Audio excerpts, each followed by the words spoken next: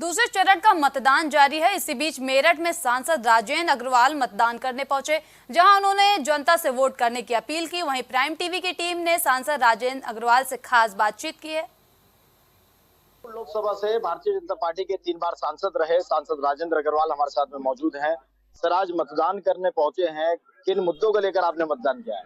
मुद्दा तो एक ही है, विकास। और हमारी सरकारों ने विकास किया है।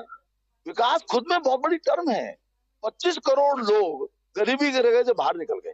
आम आदमी को, गरीब आदमी को, किसान को, महिलाओं को, युवाओं को जो सेवा प्रदान की है निस्वार्थ भाव से, अखंड परिश्रम करके मोदी जी ने, उसके कारण से उनकी एक साख बनी है, उनकी गारंटी बनी है।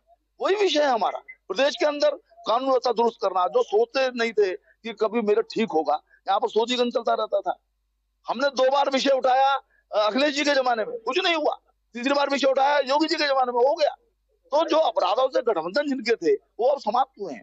तो जो सारी चीजें हैं उसका परिणाम है। विकास ही मुद्दा है, विकास ही मुद्दा रहेगा। और विकास सब प्रकार का हो, सब दिशाओं के अंदर हो, इसके लिए हमारी सरकारें कोशिश करती रही है, करती रहेंगी। अच्छा, महंगाई पर भी कुछ लगाम लगाई जाएगी? महंगाई पर तो पहले से लगाम है, ये खामखा का मुद्दा है, कौन इसको स्वीकार कर रहा है? इनके जमाने में 2 डिजिट के अंदर महंगाई रहती थी, 15% तक पहुंच गई थी। हमारे यहाँ 3.4% है।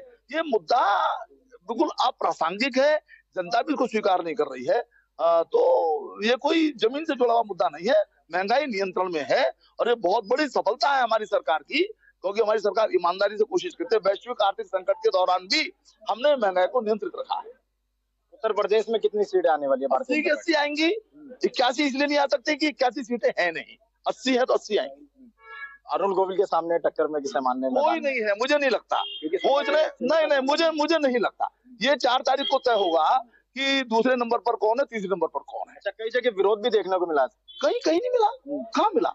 मेरे ध्यान में तो एक भी घटना नहीं है, एक भी घटना नहीं है। बड़े समाज की महापंचायत नहीं, नो, नॉट एट ऑल, बिल्कुल भी नहीं है। कुछ लोग अपना देखिए हो जाते हैं, परंतु राजपूत समाज कुल मिलाकर के भारतीय जनता पार्टी के साथ हमेशा से खड़ा रहा है, इस बार भी खड़ा है। 100% मत उनका भारतीय जनता पार्टी को, मोदी जी को, गोविल जी को प्राप्त होगा। मेरठ की जनता ये भी कह रही है कि अरुण गोविल बाहर के प्रत्याशी, बाहर के व्यक्ति हैं, यहाँ पर आके चुनाव लड़ रहे हैं, जीतने के बाद में फिर मुंबई चले जाएंगे, तो हम क्या अपनी समस्या लेकर मुंबई कैसे जा पाएंगे? नहीं, वो देखिए, पहली बात तो बाहर के व्यक्ति नहीं है, जन्म यही हुआ, पढ़ाई यहीं पे हुई, प्रारंभिक पढ़ाई यहीं पर हुई।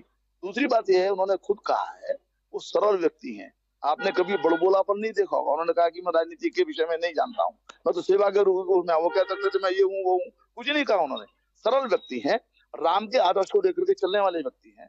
उन्होंने राम की पंक्ति कोट की है, रघुकुल रीत सदा चली आई, प्राण जाए पर वचन न जाई।